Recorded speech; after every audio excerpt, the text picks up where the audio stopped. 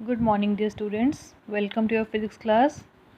In yesterday's period, we have discussed about the gravitation, the law of gravitation, and we have derived the value of capital G, that was equal to 6.673 into 10 to the power minus 11 Newton meter square per kg square. And we have also learnt about the importance of the universal law of gravitation.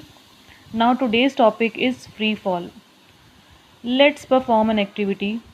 अगर हम कोई stone लेते हैं and we throw it upwards, it will reach towards a certain height and then it will start falling down. ऐसा ही होता है जब हम किसी स्टोन को ऊपर की तरफ फेंकते हैं तो जब वो नीचे फॉल करे तो उस टाइम क्या होगा? When it is falling downwards, earth is attracting that object towards it.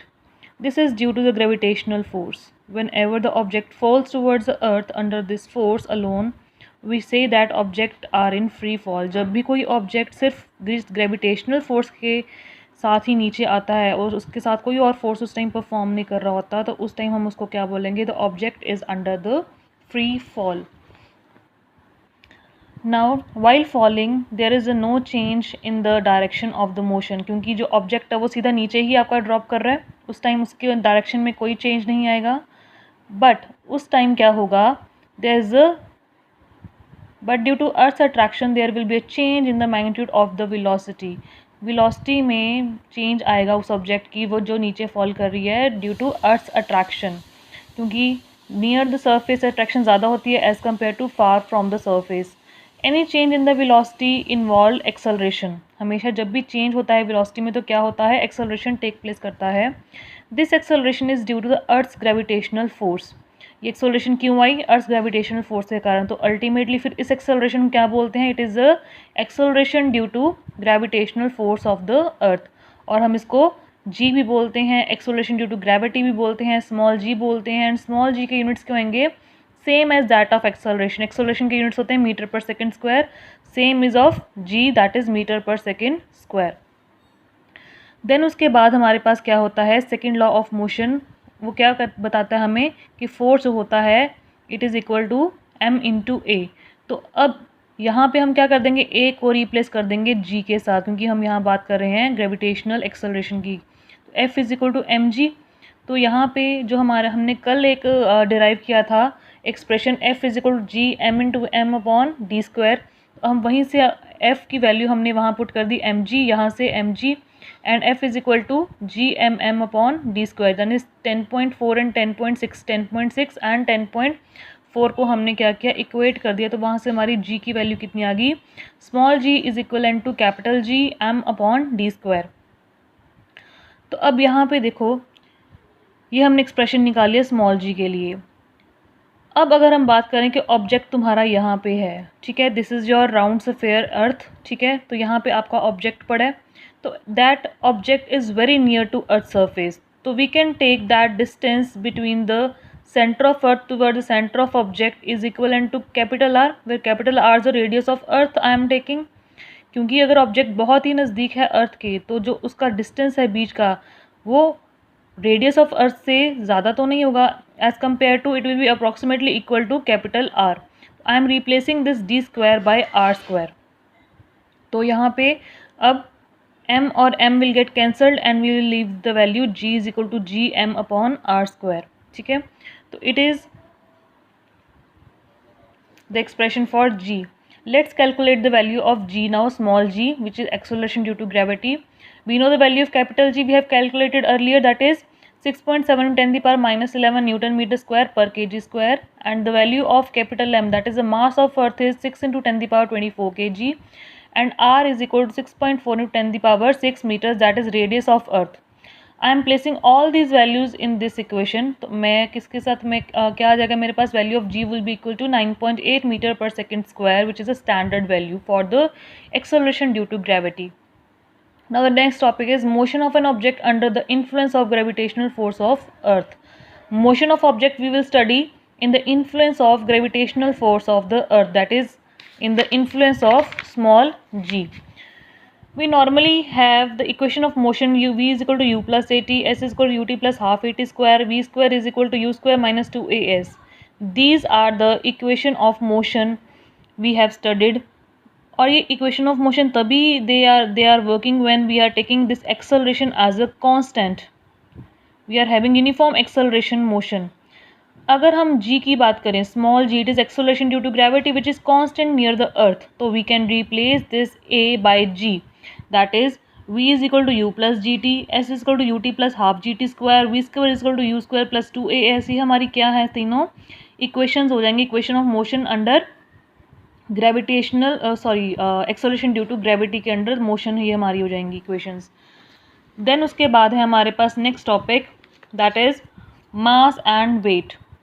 अब मास क्या होता है? The mass of an object is measure of its inertia. अब इनर्शिया हमने लास्ट मोशन चैप्टर में किया था कि जो मास होता है वो इक्वलेंट होता है इनर्शिया के। We have also learn that the greater the mass greater will be the inertia, जितना ज़्यादा मास होगा उतना ही ज़्यादा इनर्शिया होगा। It remains the same where the object is on the earth. ये जहाँ हम कहीं पे भी चले जाएं अर्थ में, अर्थ के ऊपर हाई ऑल्टीट्यूड्स पे चल जाएं, हमारा मास होता है it will remain same. The moon और even in the outer space, जहाँ पे भी, चाहे मून में चल जाएं चाहे आउटर स्पेस में चल जाएं, the mass will remain same. The mass of an object is constant and does not change from place to place. ये मास जो होता है वो कॉन्स्टेंट होता है और प्लेस टू प्लेस वो चेंज नहीं करता। Where is the weight? अब वेट क्या होता है? The earth attracts every object with a certain force and this force depends on the mass m of the object and acceleration due to gravity। जो अर्थ होता है वो हर चीज़ को अट्रैक्ट करता है, वो किसी न किस फोर्स से अट्रैक्ट कर रहा है, वो क्या होता है? वेट। अब लेट अस सपोज कि जो मास जो फोर्स हम कोई ऑब्जेक्ट है जिसका मास m है और it is accelerated due to gravity by small g, तो हमारे पास f का एक्सप्रेशन क्या आ जाएगा? f is equal to M G, because हमारे पास क्या होता है law, second law, f is equal to M में, तो I have replace a with g, f is equal to M G. अब यहाँ पे क्या होता है? The force of attraction of earth, जो जिस फोर्स से अर्थ अट्रैक्ट कर रही है ऑब्जेक्ट को, वो क्या होता है? Weight of an object. वो क्या है? Weight. Weight is a force, ठीक है, with which the earth is attracting an object.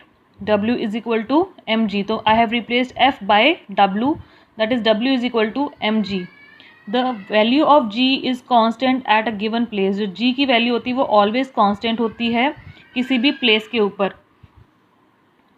तो हम क्या कह सकते हैं, जो वैल्यू है आपकी g इज़ कांस्टेंट, तो वेट भी आपका कांस्टेंट रहेगा। तो वेट को हम इक्विवेलेंट ले लेते हैं मास के। अगर हम एक पर्टिकुलर एरिया की बात करें तो वहाँ पे क्या हो जाता है? Weight is equivalent to mass. अब नेक्स्ट टॉपिक है weight of an object on the moon. अब हम यहाँ पे तो वेट अपना मेयर कर लेते हैं, पर अगर हमने मून पे वेट मेयर करना हो तो हम कैसे करेंगे?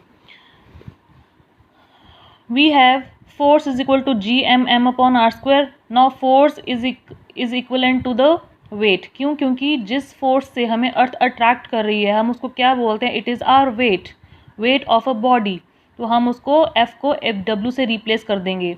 By applying universal law of gravitation the weight of an object on the moon will be this. अगर हम मून के बारे में बात करें, अगर हम कोई ऑब्जेक्ट मून पे है तो क्या होगा उसका वेट? डब्ल्यू एम, मैंने एम से सब्ट्रैक्ट कर दिया, जी एम एम अब into M upon R M square. तो मैंने यहाँ सारे एम क्यों लिए? Due to the weight on moon. Let the weight of the same object on the earth. उसी ऑब्जेक्ट का अगर हम अर्थ पे कंसिडर करें तो डब्ल्यू ई हम लेंगे, तो डब्ल्यू ई क्या हो जाएगा? G M M upon R square. ठीक है, यहाँ पे आर ई भी डाल सकते हैं आप। ठीक है, अब ये आपके पास सारी वैल्यूज़ हैं जो आपके स्टैंडर्ड वैल्यूज़ हैं। This is the mass of earth, radius of earth, this is mass of moon and radius of moon. तो आप इन चीज़ों को अब इसमें रीपुट कर देंगे तो हमारे पास डब्ल्यू एम की वैल्यू आ जाएगी दिस एंड डब्ल्यू ई की वैल्यू आ जाएगी दिस। अब अगर हम इनका रेशो लें तो रेशो क्या आएगा?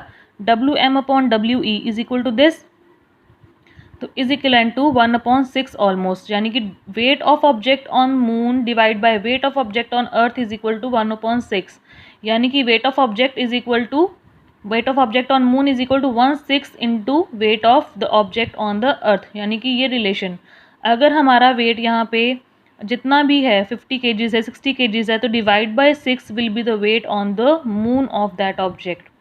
With this our chapter is completed. Only this much topic are in your syllabus. Rest of the syllabus is not in your curriculum. तो we have completed this chapter. In the next lecture we will discuss the numerical part of this chapter. Okay class, thank you.